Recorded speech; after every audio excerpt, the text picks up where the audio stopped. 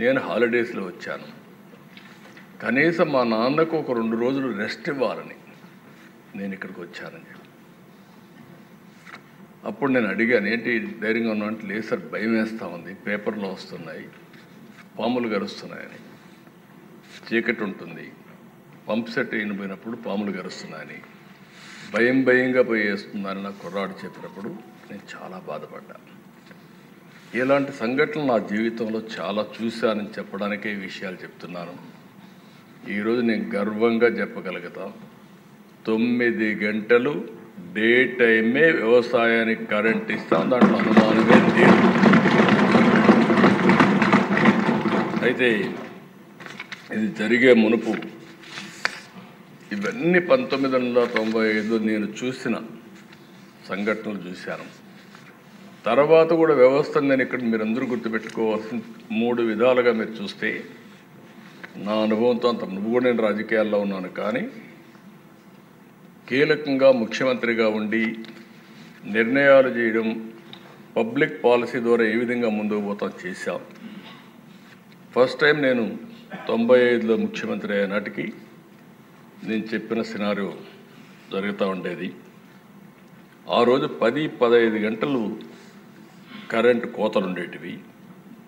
ఇంకొక పక్కన ఇండస్ట్రీ కూడా వచ్చేది కాదు, మీ దగ్గర కరెంటే లేదు, ఇండస్ట్రీ వస్తే ఎట్లా పెడతారని చెప్పి చాలామంది వచ్చేవాళ్ళు కాదు. డ్రింకింగ్ వాటర్ కూడా కరెంటు కావాలి కాబట్టి ఈ సమస్యలు వచ్చేటివి. అవన్నీ చూసిన తర్వాత నేను ఒకటే నిర్ణయం చేశాను, అన్నీ ఆలోచించాను. అడ్మినిస్ట్రేషన్ కూడా ప్రిమెచ్యూర్ అడ్మినిస్ట్రేషన్ నాకు ఇప్పుడు కూడా జ్ఞాపకం. కరెంటు బిల్లు ఏ విధంగా ఇస్తారంటే, అప్పట్లో ఒకడు మన ఇంటికి వచ్చి మీటర్ రీడింగ్ తీసుకుంటాడు, అక్కడి నుంచి నేరుగా ఆఫీసుకు పోయి ఆ మీటర్ రీడింగ్ ఒక ఆడిటర్కి పంపిస్తారు, అవుట్ సోర్సింగ్ ఏజెన్సీ. వాళ్ళు బిల్లు రేజ్ చేస్తారు, మళ్ళా డిపార్ట్మెంట్ తీసుకొచ్చి బిల్లు మన ఇంటికాడ ఇస్తారు. మనం ఆ బిల్లు తీసుకొని పలానా రోజు బిల్ కలెక్టర్ వస్తాడు, ఇప్పుడు కూడా జ్ఞాపకం, అతను బిల్ కలెక్టర్. ఆ బిల్ కలెక్టర్ పలానా దగ్గరకు వస్తాడు, ఆ రోజు మీరు కట్టాలనేవాడు. వీళ్ళు పోయి మళ్ళీ బిల్ కలెక్టర్ దగ్గర డబ్బులు కట్టేసి వస్తే, లేకపోతే డిస్కనెక్ట్ అవుతుంది. ఎంత ప్రాసెస్ మీరు చూస్తే కాంప్లికేటెడ్ చేశారు. ఎందుకయ్యా ఇంత ప్రాసెస్ ఎందుకు అవుతున్నాయని అడిగాను నేను. సమాధానం లేకపోతే ఆ రోజు తీసుకొచ్చాం, స్పాట్ బిల్లింగ్ తీసుకొచ్చాం. బిల్లు తీయడం, అక్కడ ఇచ్చేయడం, కట్టేయమనడం. ఈరోజు మీరు బిల్లు కూడా వస్తుంది, రిమోట్ దీంట్లోనే మీటర్ రీడింగ్ చేసి నేరుగా మీకు మీ ఎస్ఎంఎస్ పంపిస్తే నేరుగా బ్యాంకులో కట్టే పరిస్థితి వచ్చింది. అలాంటి రిఫార్మ్స్కి శ్రీకారం చుట్టిన పార్టీ తెలుగుదేశం పార్టీ అని చెప్పి కూడా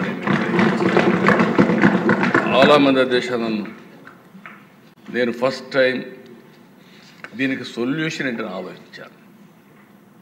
ప్రపంచం మొత్తం అధ్యయనం చేశాం. అధ్యయనం చేసినప్పుడు వరల్డ్ బ్యాంక్ కూడా దానికి కూడా నేను ఈ రాష్ట్రం కోసం మంచి చేయాలనుకుంటే నన్ను ఇదే అసెంబ్లీలో ప్రపంచ బ్యాంకు జీతగాడని మాట్లాడారు ఒక ముఖ్యమంత్రిగా. పర్వాలేదు, పడ్డా. దేనికోసం పడ్డానంటే రాష్ట్రం కోసం పడ్డానని తృప్తితో పడ్డాను. ఫస్ట్ టైం నేను ఎలక్ట్రిసిటీ బోర్డులో విద్యుత్ శక్తి రిఫార్మ్స్ భారతదేశంలో తీసుకొచ్చిన ఏకైక రాష్ట్రం, మొట్టమొదటి రాష్ట్రం ఆంధ్రప్రదేశ్ రాష్ట్రం. అప్పుడు ఇవన్నీ ఏమి లేవా దిశ, రెగ్యులేటరీ కమిషన్ లేదు అప్పటికి. రిఫార్మ్ వచ్చింది 91, 98లో విద్యుత్ శక్తి రిఫార్మ్స్ తీసుకొచ్చాం, సంస్కరణ తీసుకొచ్చాం. అప్పుడే మీరు చూస్తే 3గా డివైడ్ చేశాం. Distribution company, generation company, transmission committee. ఇంకొక పక్కన ఇవన్నీ రెగ్యులేట్ చేయడానికి రెగ్యులేటరీ కమిషన్ సెటప్ చేశాం. అక్కడి నుంచి దిశ మీరు చూసినప్పుడు ఎనర్జీ ఆడిటింగ్, అంతవరకు కరెంటు ఎక్కడికి అమ్ముతున్నారు, ఎంతమంది దొంగతనం చేస్తున్నారు, ఏమవుతుందో తెలియని పరిస్థితి నుంచి ఎనర్జీ ఆడిటింగ్ తీసుకొచ్చాం. ఆడిటింగ్ తీసుకొచ్చి ఫస్ట్ టైం దేశంలో 2003-04కి 23% ట్రాన్స్మిషన్ అండ్ కమర్షియల్ లాస్ అని ఎస్టాబ్లిష్ చేసిన మొట్టమొదటి ప్రభుత్వం భారతదేశంలో ఆంధ్రప్రదేశ్ ప్రభుత్వం అని కూడా నేను మీకు తెలియజేస్తున్నాను. ఓసారి దిశ 35%ని 23% తగ్గించాం. కరెంటు కొరతలుంటే పూర్తిగా కరెంటు కొరత లేకుండా ఎగ్జాక్ట్గా 2023-24కి కరెంటు కొరత లేని ఏకైక రాష్ట్రం భారతదేశం లేదంటే దానికి చిరునామాగా ఆంధ్రప్రదేశ్ని తయారు చేసే పరిస్థితి వచ్చాం. దీనివల్ల చాలా లాభాలు వచ్చాయి, నాకు కూడా కొన్ని నష్టాలు వచ్చాయి. ఎందుకంటే ఫస్ట్ టైం ఒక మంచి పని చేసిన దానికి నేను రిఫార్మ్స్ తీసుకొచ్చాను కాబట్టి ఆ రోజు వచ్చినటువంటి ఈ పవర్ సెక్టర్లో మార్పులు ప్రజలు సరిగా అర్థం చేసుకోలేకపోయారు. కాబట్టి 2004లో తెలుగుదేశం పార్టీ ఓడిపోవడానికి ఒక కారణం ఈ రిఫార్మ్స్ కూడా అని చెప్పి మీకు తెలియదు. రిఫార్మ్స్ అని నేను అన్నా, కానీ ఆ వచ్చిన ఇబ్బందులను అధిగమించడంలో కొంచెం సమయం కావాలి. ఆ సమయం లేని వల్ల కొంత ఇబ్బంది పడ్డాం. ప్రతిపక్షాలు దాన్ని అడ్వాంటేజ్గా తీసుకున్నారు. నేను అన్ని రిఫార్మ్స్ తీసుకొస్తే అధ్యక్ష వెరీ విచిత్రం ఏంటంటే ఉచిత కరెంట్ ఇమ్మన్నారు. కానీ అప్పటికే స్లాబ్ రేట్ ఉంది. ఈ దేశంలో మీరు ఒకటి గుర్తుపెట్టుకోవాలి, మొట్టమొదటిసారిగా మామూలుగా యూనిట్కి ఇంతనే వ్యవసాయానికి కరెంటు వసూలు చేసే పరిస్థితి నుంచి తెలుగుదేశం పార్టీ వచ్చిన తర్వాత మా నాయకుడు ఎన్టీ రామారావు గారు స్లాబ్ రేట్ ఇచ్చి రైతులను ఆదుకున్న పార్టీ మొట్టమొదటిసారిగా భారతదేశంలో ఆంధ్రప్రదేశ్ రాష్ట్రం 50 రూపాయలు హెచ్పీకి పెట్టి అవన్నీ మాఫీ చేయమంటే చేయలేకపోయాం. నేను చేసిన రిఫార్మ్స్ ఉపయోగించుకొని మాఫీ చేస్తామని కాంగ్రెస్ పార్టీ అధికారంలోకి వచ్చింది. వస్తే వచ్చారు, ఏం చేశారని చూసిన తర్వాత చాలా భయంకరంగా మనం ఒకసారి చూస్తే 2004-14 సర్ప్లస్ కరెంట్ వచ్చింది, రిఫార్మ్స్ అమలైనాయి, అన్ని రంగాల్లో బ్రహ్మాండంగా జరిగింది. వాళ్ళు వచ్చిన 5 సంవత్సరాల్లో దగ్గర మీరు చూస్తే నేనున్నప్పుడు 90% ఇన్స్టాల్డ్ కెపాసిటీ పెంచాను, ప్రొడక్షన్ పెంచాను. 5,634 మెగావాట్ల నుంచి 10,695 మెగావాట్లకు పెంచాం. వీళ్ళొచ్చి 56% అంటే ఒక 5-6 వేల మెగావాట్లు పెంచారు. పిఎల్ఎఫ్ ప్లాంట్ లోడ్ ఫ్యాక్టర్ నాకు విజయవాడ ఎప్పుడూ జ్ఞాపకం. విజయవాడ పవర్ ప్లాంట్ ఎప్పుడు 95%. ఈవెన్ గవర్నమెంట్ ఆఫ్ ఇండియా కూడా ఏవి కూడా అంత ఎఫిషియెంట్గా పనిచేసిన సందర్భాలు లేవు. ప్రైవేట్ వాళ్ళు కూడా చేయలేదు అంత ఎఫిషియెంట్గా పనిచేస్తే. 86% పిఎల్ఎఫ్ ప్లాంట్ లోడ్ ఫ్యాక్టర్ ఉంటే కాంగ్రెస్ వస్తానే అది 78%కి తగ్గిపోయే పరిస్థితి వచ్చింది. దీనివల్ల ఇవన్నీ చూసిన తర్వాత కోల్ స్టాక్ దిశ అప్పట్లో పెద్ద ఇష్యూ. ఇది ఒక ప్లాంట్ రన్ చేయాలంటే కోల్ కావాలి. కోల్ కావాలంటే ముందుగానే జాగ్రత్త చూసుకోవాలి. వర్షాకాలం తడుస్తుంది, తడిచినప్పుడు దాన్ని ఇది చేసుకోవాలి. అదే మరి ప్లాంట్స్ అన్నీ కూడా ఎప్పటికప్పుడు మెయింటైన్ చేయడం పర్ఫెక్ట్గా చేయాలి. నేనున్నప్పుడు ఎప్పుడు కూడా 3 నెలలకు 4 నెలలకు కోల్ ఏమాత్రం ఇబ్బంది లేకుండా స్టాక్ పెడితే ఒక రోజు కూడా కోల్ ఉండేది కాదు. పెద్ద గొడవలు, కోల్ లేదు కాబట్టి కరెంట్ ఆపేసేవాళ్ళు. ఇలాంటి సందర్భాల్లో అది కూడా స్టార్ట్ అయింది. ఆల్ ఇండియా లెవెల్లో 8.7% ఎనర్జీ డెఫిషియట్ ఉంటే 17.6% పెరిగిన ఆంధ్రప్రదేశ్ రాష్ట్రం మళ్ళీ సమైక్య ఆంధ్రప్రదేశ్లో. ఒక పరిపాలన ఏ విధంగా మార్పులు తీసుకొస్తుందో ఇక్కడ ఉండే సభ్యులు మీరు గుర్తుపెట్టుకోవాల్సిన అవసరం ఉంది. ఒక కీలకమైన శాఖలో ఏ విధంగా ప్రజలు ఇబ్బంది పడతారు. నేను ఇవన్నీ కూడా మీకు ఎందుకు చెప్తున్నానంటే 3 పీరియడ్ నేను కంపేర్ చేస్తున్నాను, 30 ఏళ్ళు కంపేర్ చేస్తున్నాను. 95-2004, 2004 14, 14 19, 19 24, 24 తర్వాత 9 నెలలు ఏం చేసామో చెప్పడానికి నేను ప్రయత్నం చేస్తున్నా. రాష్ట్రంలో ఉండే ప్రజలు కూడా గుర్తుపెట్టుకోవాల్సిన అవసరం ఉంది. బడ్జెట్ తగ్గించారు. అప్పట్లో నేనున్నప్పుడు 7.8% పవర్ సెక్టర్కి పెడితే వీళ్ళు 5% తగ్గించేశారు. ఇంకో పక్కన దిశ ఆవరేజ్న 2004 వరకు ₹2.55 యూనిట్ కరెంటు ఉత్పత్తి చేస్తే వీళ్ళు వస్తానేది ₹5.25 పెరిగిపోయింది. అప్పట్లోనే 10 ఏళ్లలో రైతులపైన భారం 28,835 కోట్లు వేశారు. ఎందుకంటే ఈ అసమర్థత అన్నీ కూడా వచ్చి ట్రాన్స్మిషన్ లాసెస్ కూడా తగ్గించడంలో ఫెయిల్ అయ్యారు. కడాన దిశ మీరు చూస్తే ఎక్కడికక్కడ మున్సిపల్ కార్పొరేషన్లో 4 గంటలు, మున్సిపాలిటీలో 6 గంటలు, మండల హెడ్ క్వార్టర్లు 8 గంటలు, గ్రామాల్లో 12 గంటలు, ఇండస్ట్రీస్ కోత, స్మాల్ స్కేల్ ఇండస్ట్రీ అయితే కరెంటు వాడితే సర్ఛార్జ్ పేరుతో డబల్ ఛార్జ్. దీంతో చాలా స్మాల్ స్కేల్ ఇండస్ట్రీస్ అన్నీ కూడా మూతపడే పరిస్థితికి వచ్చింది.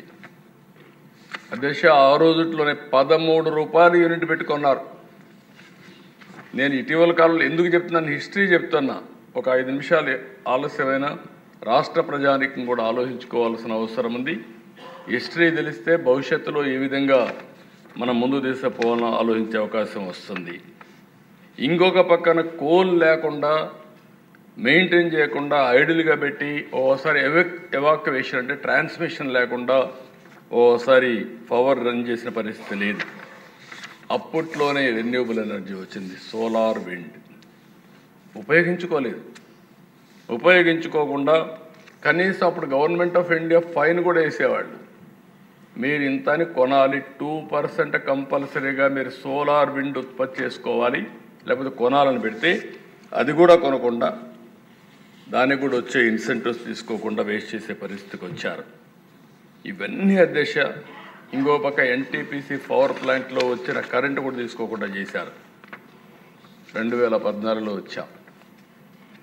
ఇవన్నీ అధ్యయనం చేస్తే చాలా బాధేసి, నేను వచ్చినప్పుడు 22.5 మిలియన్ యూనిట్లు కరెంటు కొరత రాష్ట్రంలో 2014లో.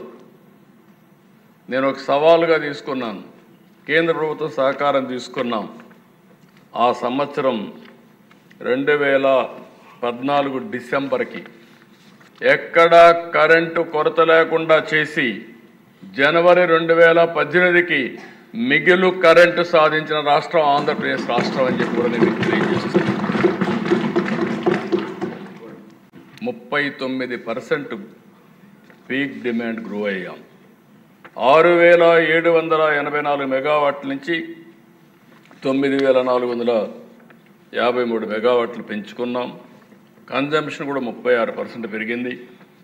40,000 మిలియన్ యూనిట్స్ ఉంటే 55,000 మిలియన్ యూనిట్స్ పెంచాం. ఇంకో పక్కన అధ్యక్ష మీరు చూస్తే per capital consumption all India level 17% పెరిగితే మనం 23% పెంచుకున్నాం. మొట్టమొదటిసారిగా సోలార్ విండ్ 7,700 మెగావాట్లు ఉత్పత్తి చేసిన ఏకైక రాష్ట్రం ఆంధ్రప్రదేశ్ రాష్ట్రం. అదే ముందు చూపు. నేను ఆ రోజు ఒకటే ఆలోచించాను. నేను ఆ రోజు మీటింగుల్లో కూడా మాట్లాడినప్పుడు చెప్పేవాడిని, భవిష్యత్తులో గణనీయంగా సోలార్ ఎనర్జీ రేట్లు తగ్గుతాయి. 5 సంవత్సరాలు 14-19 కరెంటు ఛార్జీలు పెంచకుండా సమర్థవంతమైన విధానాల ద్వారా ఎవ్వరికి కరెంటు కావాలని ఇబ్బంది లేకుండా కరెంట్ అందించిన ఏకైక ప్రభుత్వం ఈ ప్రభుత్వం. నేను ఒకసారి ఇదే మరి రెన్యూబుల్ ఎనర్జీ మీటింగ్ పెడితే ఆ రోజు నేను మాట్లాడుతూ పీయూష్ గోయల్ గారు మంత్రి, నేను ఆ రోజు అనౌన్స్ చేశాను, భవిష్యత్తులో ₹50 నుంచి ₹2 లోపల సోలార్ ఎనర్జీ వస్తుందని చెప్పి ఆ రోజుట్లోనే అనౌన్స్ చేశాను. ఇప్పుడు ₹2.40 50 వచ్చే పరిస్థితి వస్తూ ఉంది. అంటే ఇంకా తగ్గే అవకాశాలు కూడా ఉన్నాయి రా మెటీరియల్ ఇవన్నీ వస్తే. అయితే ఆ దిశ 2019-24 ఒక మాటలో చెప్పాలంటే మళ్ళీ చీకటి రోజులు ప్రారంభమైనాయి. నేను ఏ వ్యక్తుల గురించి నేను మాట్లాడడం లేదు. రాష్ట్ర ప్రజలు పడిన బాధ, ఒక అసమర్థ పాలన వల్ల ఇష్టానుసారంగా చేస్తే ఏం జరుగుతుందో ఇది ఒక కేస్ స్టడీ. అధ్యక్ష, ఈరోజు మనం చూస్తే ఎవరైతే పీపీఎల్ చేస్తారు, పీపీఎల్ ఆధారంగా వాళ్ళు ఇన్వెస్ట్మెంట్ పెడతారు. ఈ దేశంగా కోర్టులు ఉన్నాయి. ఏదైనా సరే కాంట్రాక్టు చేసుకున్న తర్వాత అది కూడా గవర్నమెంట్ చేసినప్పుడు కంపల్సరీగా దాన్ని ఆనర్ చేసే బాధ్యత ఉంటుంది. లేకపోతే కోర్టుకు పోతే వాళ్ళకు మళ్ళీ నష్టపరిహారంతో సహా కట్టించే పరిస్థితి కూడా వస్తుంది.